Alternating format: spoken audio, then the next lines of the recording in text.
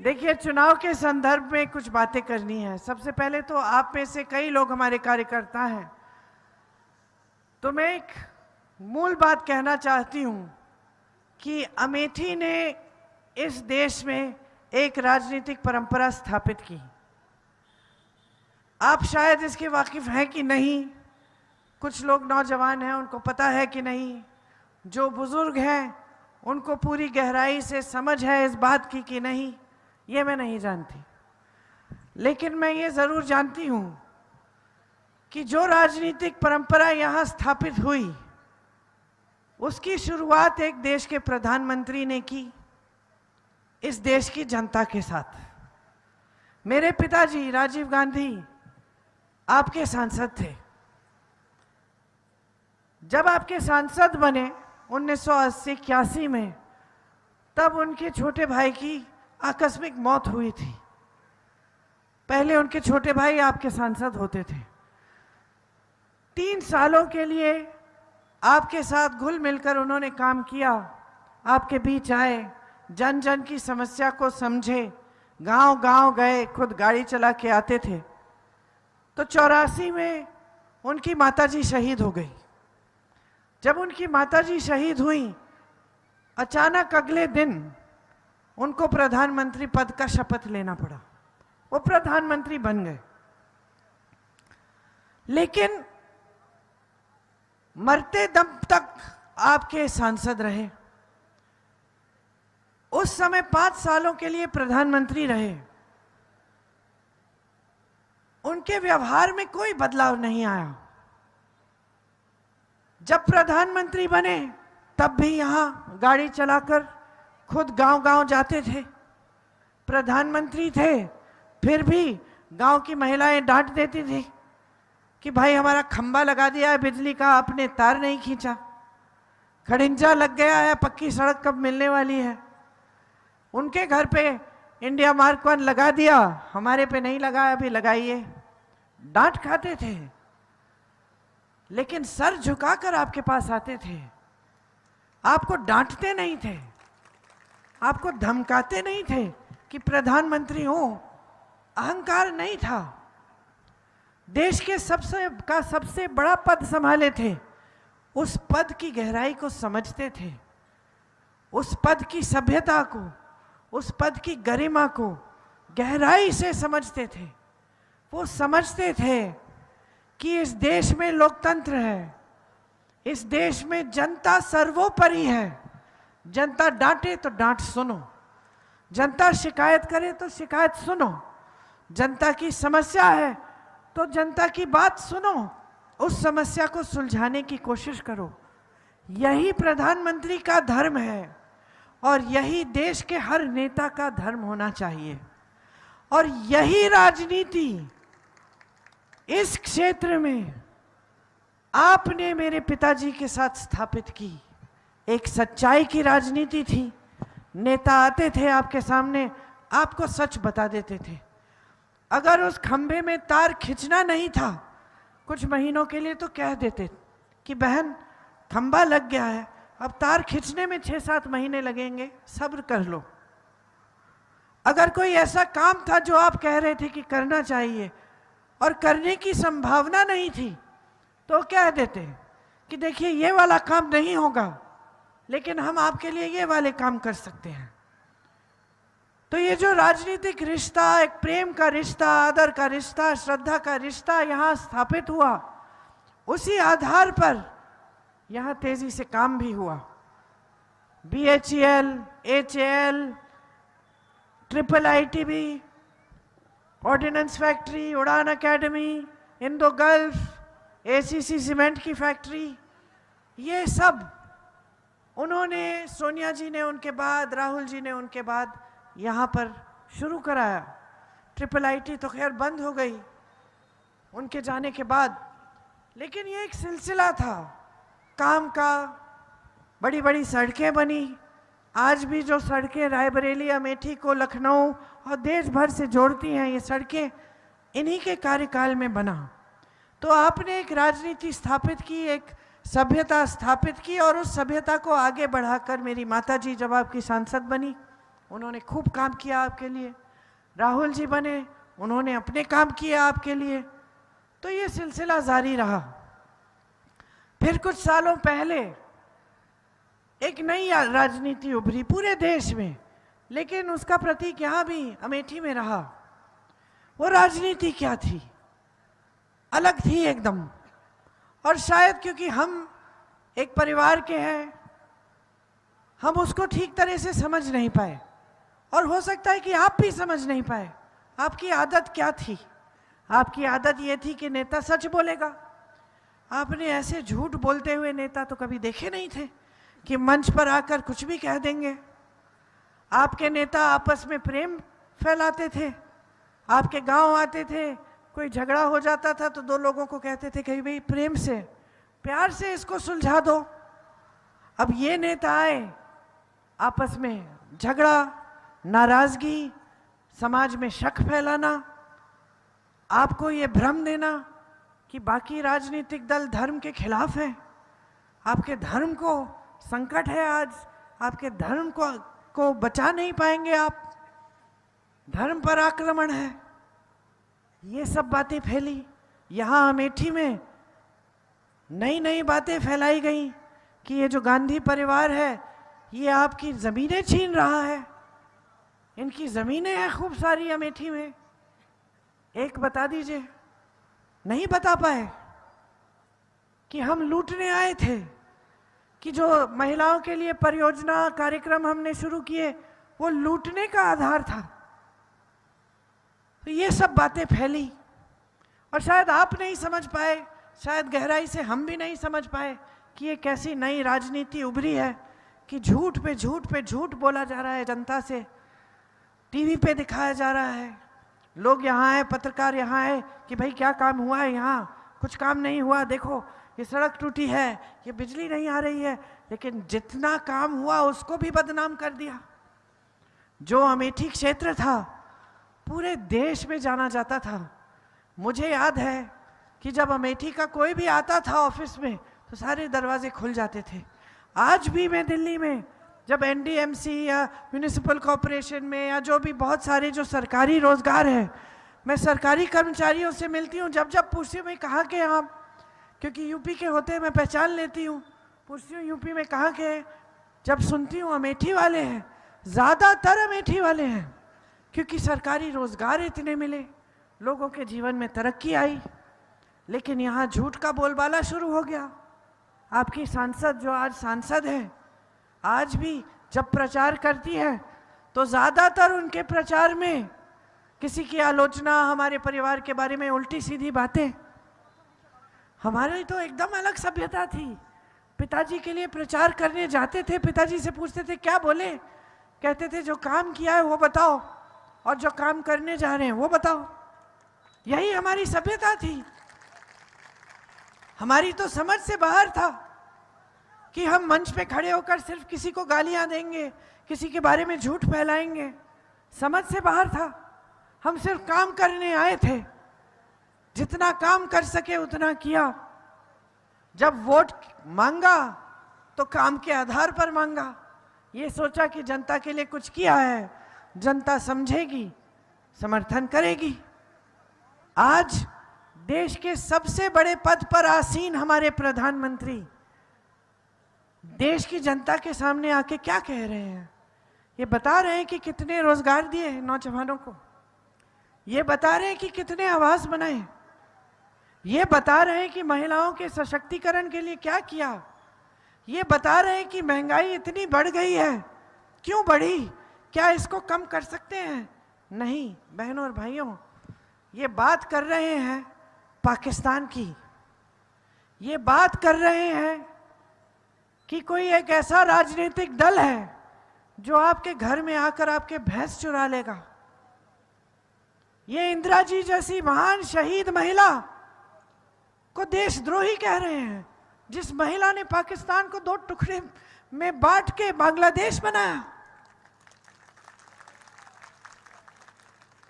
ये एक देशभक्त राजीव गांधी के बारे में कह रहे हैं, जो देश के लिए 46 साल की उम्र में शहीद हो गए। खून उनका खून इस धरती में है। उनके बारे में कह रहे हैं कि वो देशद्रोही हैं कि उन्होंने देश के कानून इसलिए बदल डाले कि अपनी माँ की विरासत पे टैक्स नहीं देना पड़ेगा। सोचिए, इतनी फिजूल की गिरी हुई बात कि मेरे पिताजी के दिमाग में नहीं आ सकती थी। आप जानते थे उन्हें, जो जो बुजुर्ग यहाँ बैठे थे आपको बताएंगे, सच्चे इंसान थे। देश का कानून अपनी विरासत के लिए बदलेंगे, और विरासत में मिला क्या उनको? धन दौलत। वो तो भाजपा वाले कहते हैं विरासत में उन्हें देश के लिए मर मिटने का जज्बा मिला। मां शहीद हुई, 7 साल बाद शहीद हो गए, पूरा जीवन भी नहीं जिया। बच्चे बड़े हो गए, मेरी शादी हुई उसमें भी नहीं आए थे, नहीं, गुजर गए थे। अपने पोते पोती को नहीं देखा, और इनके बारे में आप कह रहे हैं कि देशद्रोही हैं। आज जिस तरह की राजनीति इस पूरे देश में फैली हुई है, इससे आपको बहुत सावधान होना पड़ेगा। आपकी जागरूकता आज इतनी जरूरी है, इतनी महत्वपूर्ण है कि आप पूछिए ही मत, मैं इसका उल्लेख कर ही नहीं सकती। आज आपकी जागरूकता पर आक्रमण है। मोदी जी की जितनी भी नीतियां हैं बड़े बड़े खरबपतियों के लिए बन रही हैं। कैसे पता चलता है? देश का कोयला, देश की बिजली, देश की बड़ी बड़ी सड़कों का ठेका, देश के खदान सारे, देश के बंदरगाह, देश के हवाई अड्डे जो सरकारी होते थे, आपके होते थे, देश की जनता के होते थे, आज किसके हैं? किसके हैं? अडानी जी, अंबानी जी के हैं। सब इनको सौंप दिया गया है, सारी देश की संपत्ति इनको सौंप दी। देश का किसान लाख रुपए के लिए, 50,000 रुपए के लिए आत्महत्या करता है, गुजारा नहीं हो रहा है उसका। रात को आवारा पशु से पहरेदारी कर रहा है अपने खेतों का, कि दिन में कड़ी धूप में मेहनत कर रहा है, कमाई पूरी नहीं हो रही है। जीएसटी टैक्स डाल दिए हर खेती के सामान पे, कमा नहीं पा रहा है। बहनें महंगाई से जूझ रही हैं, सिलेंडर छोड़िए, आटा, सब्जी, दाल कुछ सस्ता नहीं मिल रहा है। दुकान जाती हैं, कतरा के वापस आ जाती हैं, आधी चीजें छोड़ देती हैं जो खरीदने गई थी। 2 दिन की दिहाड़ी नहीं मिलती, घर में कोई भूखा सोता है। जितनी मेहनत की है आपने अपने बच्चों की परवरिश के लिए, उनको शिक्षित करने के लिए, सब असफल। चाहे कितनी भी मेहनत की हो आपने, कर्ज लिया हो इनको शिक्षित करने के लिए, ट्यूशन पढ़ाने के लिए, भर्ती की परीक्षाएं देने के लिए, पेपर लीक होते हैं, घोटाले होते हैं, कोई कार्रवाई नहीं होती। ऊपर से कोई रोजगार नहीं है। 70 करोड़ जनता इस देश में आज बेरोजगार है। 45 सालों में ऐसा नहीं हुआ। 45 सालों में सबसे ज्यादा बेरोजगार आज मोदी जी के राज में है। 30 लाख पद खाली हैं। यहाँ अमेठी के शहर में कितने दुकानदार हैं, कितने छोटे छोटे बिजनेस हैं। आपकी ये पूरी मार्केट, क्या नीति लाए मोदी जी आपके लिए? आपकी बिजनेस को मजबूत करने के लिए, आपके कारोबार को मजबूत करने के लिए कुछ नहीं। नोटबंदी लाए, नोटबंदी में आपको बोल दिया कि खड़े हो जाइए कतार में, देशभक्ति दिखाइए अपनी। आपने देशभक्ति दिखाई, कहाँ था काला धन? आया वापस?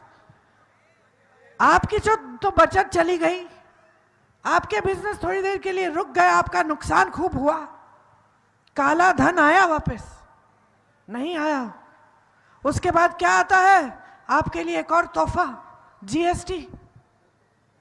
जीएसटी आई, फिर से सारे छोटे कारोबार, जितने मध्यम कारोबार थे, सब संकट में पड़ गए।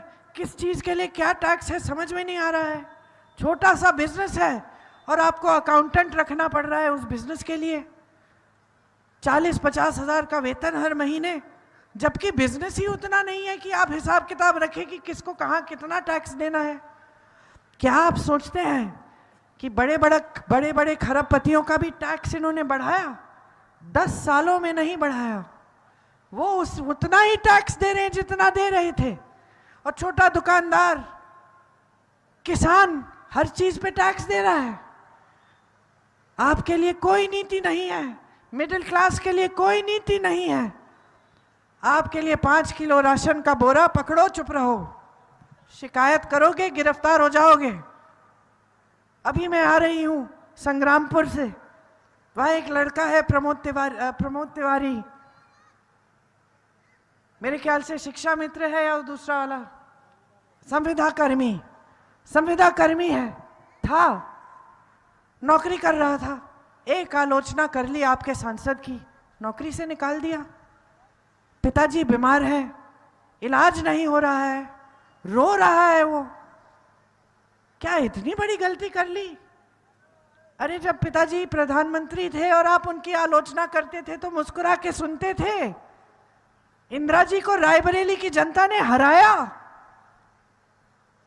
उन्होंने कोई दंड नहीं दी, जनता को स्वीकार किया कि जनता सही है, मैं गलत होंगी, मैंने कुछ गलत किया होगा, इसलिए जनता की आवाज उठी है, आत्मचिंतन किया। यहां तो आप एक चीज बोल देते हैं, आपकी सांसद नौकरी से निकाल देती हैं। ये कैसी राजनीति है?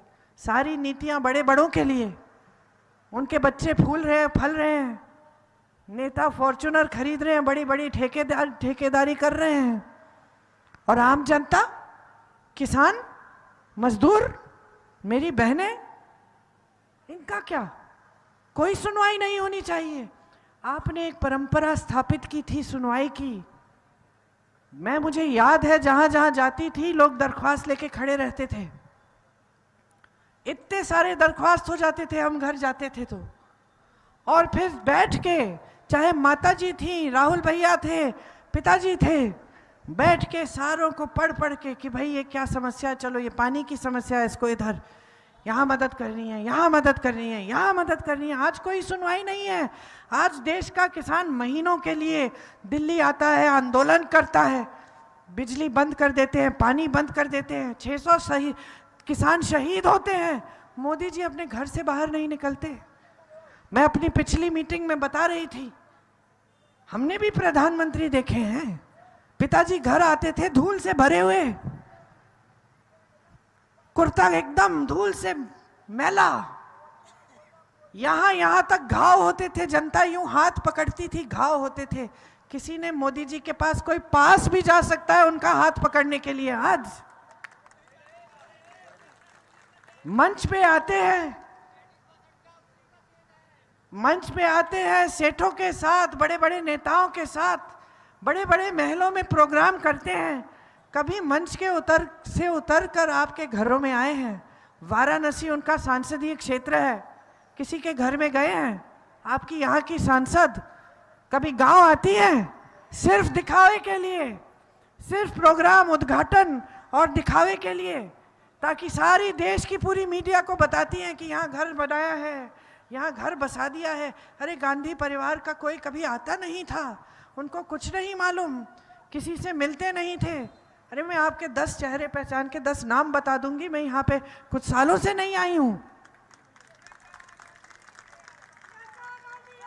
वो किसी को पहचानती है? वो आई किस लिए थी यहाँ? कभी सोचा है आपने? कभी सोचा है आपने वो आई क्यों, यहाँ आई क्यों? मेरे पिताजी आए, उनके भाई का क्षेत्र था, भाई की आकस्मिक मृत्यु हो गई, पिताजी आए उनका काम आगे बढ़ाने के लिए, पिताजी शहीद हो गए, माताजी आई कि पति के सपने थे अमेठी के लिए, उनको साकार करेंगे। माताजी के बाद भाई आए कि कुछ काम करके दिखाएंगे, जो सारा काम शुरू किया है, जनता से जुड़ाव है, रिश्ता है, प्रेम का रिश्ता है, आदर का रिश्ता है। ये क्यों आई? कोई रिश्ता था आपके साथ? आपके क्षेत्र के लिए भला करने के लिए आई? ये तो राहुल गांधी को हराने के लिए आई, ये तो सिर्फ राहुल गांधी से चुनाव लड़ने के लिए आई, ताकि यहां से पूरी मीडिया उछले, देश देखे, जो भी बोले वो देश भर की मीडिया में फैले राहुल गांधी के खिलाफ। तो उनका यहां आना ही शुरू से नकारात्मक भावना से था। जाएंगी, सोनू बोल रहा है। तुम भी बुढ़े हो गए हो सोनू हमारी तरह। हाँ, एक समय नौजवान थे, यूथ में थे, अब भी हो। चलो, तो मैं कह रही हूं कि शुरू आधार ही उनकी यहां शुरुआत अमेठी में उनका आधार ही नकारात्मक भावना से हो है। और यहां जो आपने राजनीति स्थापित की वो सिर्फ एक सकारात्मक राजनीति थी। आज मोदी जी मंच पे आते हैं या आपकी सांसद जी यहां मंच पे आती हैं तो सिर्फ नकारात्मक बातें हैं। हम कह रहे हैं हमारे गारंटी है, ये जो सारे पैसे बड़े बड़े उद्योगपतियों को इन्होंने दिए हैं वो हम वापस आपके हाथों में लाना चाहते हैं। कैसे कैसे? आप हमारे प्रदेश सरकारों को देखिए, छत्तीसगढ़ में आवारा पशु की समस्या थी, वो सुलझा दी। वो लंबी कहानी है, मैं उसमें अभी जाना नहीं चाहती, लेकिन जगह जगह में मैंने बताई है। गौशालाओं को मजबूत किया, सरकार ने गोबर खरीदा, सरकार ने जो गौशालाओं में जो दूध बन रहा था उसके पैकेजिंग जो चीज खोया था उसमें से मिठाई मक्खन वो सिखाया महिलाओं को, पैकेजिंग सिखाई, बिकवाया महिलाओं से, महिलाओं की आमदनी बनी, उन्हें रोजगार मिला। गोबर खरीदा, गोबर गैस बना के गांव में भेजा, आवारा पशु की समस्या खत्म की। छत्तीसगढ़ में किसानों का कर्ज माफ हुआ, राजस्थान में 25 लाख का बीमा आया जिससे निःशुल्क स्वास्थ्य की सुविधाएं मिलती थी, ऑपरेशन तक हो रहे थे, मैंने बताया आपको। कर्नाटका में आज महिलाओं को मुफ्त बस यात्रा कर रही हैं, महिलाओं के खाते में पैसे आ रहे हैं। उसी तरह से हम गारंटी लाए हैं आपके लिए, प्रमाण है, कर रहे हैं। जहां जहां हमारे प्रदेश की सरकार है हो रहा है। फोन उठाइए, किसी से भी पूछ लीजिए वहां कि भाई ये सच है, बताएंगे सच है तो प्रमाण है, काम कर रहे हैं। हम कह रहे हैं कि स्नातक पास बच्चों को 1 लाख सालाना की नौकरी पक्की है, उनका अधिकार बनेगा। महिलाओं को 1 लाख सालाना गरीब परिवार की सबसे बड़ी महिला के खाते में जाएगी। छोटे बिजनेस और मध्यम बिजनेस हम मजबूत बनाएंगे, आपके लिए तमाम स्कीमें हैं, आपके कारोबार मजबूत बने। किसानों के सारे सामानों से जीएसटी हटाएंगे ताकि खेती के लिए जो सामान है वो सस्ते हो जाए। आपको आपको आपको न्यूनतम समर्थन मूल्य नहीं मिलता, वो अधिकार बनाएंगे, आपका कानूनी अधिकार आपको मिलना ही पड़ेगा, जिस तरह से भोजन का अधिकार आपको मिलना है। आप नौजवानों के लिए 500 करोड़ रुपए का फंड बनेगा। आप छोटा कारोबार शुरू करना चाहते हैं उसके लिए सुविधा होगी। आशा बहुओं के लिए, आंगनवाड़ी की बहनों के लिए, मिड डे मील की बहनों के लिए आपका मानदेय बढ़ाया जाएगा, केंद्र की तरफ से राशि दुगनी देंगे। हम आपकी सारी संपत्ति वापस आपके हाथों में देंगे। पेपर लीक होता है, हम पेपर लीक का कानून बनाएंगे, सख्त से सख्त कार्रवाई होगी। 30 लाख पद खाली पड़े हैं, भाई ने कहा आज मीटिंग में 15 अगस्त तक उनको भर देंगे।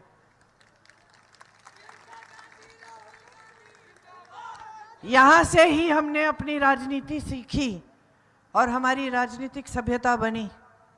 आपकी जागरूकता ने बार बार हमें दिशा दिखाई, आपकी जागरूकता ने देश में संदेश भेजा। आज मैं आपसे एक चीज मांगने आई हूं कि यहां जो राजनीति स्थापित हुई वो आपके पूर्वजों ने, मेरे पूर्वजों ने यहां स्थापित की। एक मजबूत रिश्ता बनाया, पूरे देश को दिखाया कि विकास होता है तो ऐसा। जब नियत होती है, नीतियां सही होती हैं तो सरकार क्या नहीं कर सकती है। तो आज मैं ये मांगने आई हूं कि ये मेरे पिता की कर्म भूमि है, इसी भूमि के यहीं के सांसद थे जब शहीद हुए, मेरे लिए पवित्र भूमि है। मैं ये मांगने आई हूं कि यहां वही राजनीति फिर से स्थापित करो जो आपके लिए काम करके दिखाए। अपना भविष्य बनाओ, अपना भविष्य बनाओ। टीवी में वो दिखता है वो सच्चाई नहीं है, सच्चाई जो जी रहे हो वो सच्चाई है। ये जो महिलाओं का संघर्ष है ये सच्चाई है। जो किसान रात को अभी मेरा भाषण सुन के जाके खेत में बैठेगा पहरेदारी करने के लिए, ये सच्चाई है। जो दुकानदार भी कमा नहीं पा रहा है, ये सच्चाई है। जो मजदूर कम दिहाड़ी पा रहा है, जिसका शोषण हो रहा है, ये सच्चाई है। मोदी जी की चमकती हुई सच्चाई नहीं है आपकी सच्चाई। आपके जीवन में तरक्की नहीं आई है 10 सालों में। आपकी सांसद चीखती हैं, चिल्लाती हैं, बहुत झूठ फैलाती हैं। एक काम बता दें, एक काम बता दें बड़ा जो यहाँ के लिए किया है, एक काम बता दें, बता नहीं पाएंगी। जब काम किया नहीं है तो क्या कहेंगी? तो एक ऐसी राजनीति वापस लाइए अपने क्षेत्र में और यहाँ से पूरे देश भर में संदेश दीजिए। किशोरी लाल शर्मा 40 सालों के लिए आपकी सेवा की इन्होंने। जिन दरख्वास्तों की मैं बात कर रही थी, जितने दरख्वास्त मिले सब इनको देते थे। किशोरी भैया जाके देख लो, उस महिला आई थी मेरे पास उस मीटिंग में, उसका क्या किया? मदद की, उसका संकट था उसको दूर किया। किशोरी जी जाते थे गांव में, गांव गांव जानते हैं, गली गली जानते हैं, चेहरा चेहरा पहचानते हैं। आपके लिए श्रद्धा से काम करेंगे, घमंड से नहीं, अहंकार नहीं दिखाएंगे। आपकी सुनवाई होगी, आपके यहाँ एक सच्ची राजनीति वापस आएगी और पूरा देश देखेगा कि देखो अमेठी ने सही निर्णय लिया है। तो मैं सिर्फ आपसे आग्रह करती हूँ कि मेरी बातों पे ध्यान रखना। पोलिंग 20 तारीख को है। जब पोलिंग में जाएंगे, कार्यकर्ता भाई बहन भी हैं, आप लोगों को उत्साहित करिए, ले जाइए पोलिंग पे और भारी से भारी बहुमत से किशोरी जी को जिताइए। हमारे परिवार के सदस्य समान हैं, हम सब आपकी सेवा करेंगे।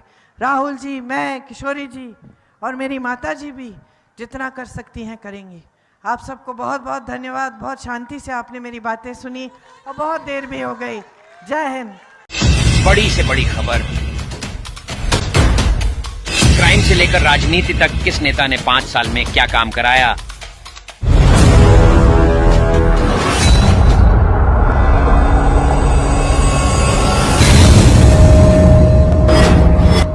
मिलेगी सबसे पहले हर खबर चेंजिंग फ्यूचर न्यूज पर, जो बदलेगा आपका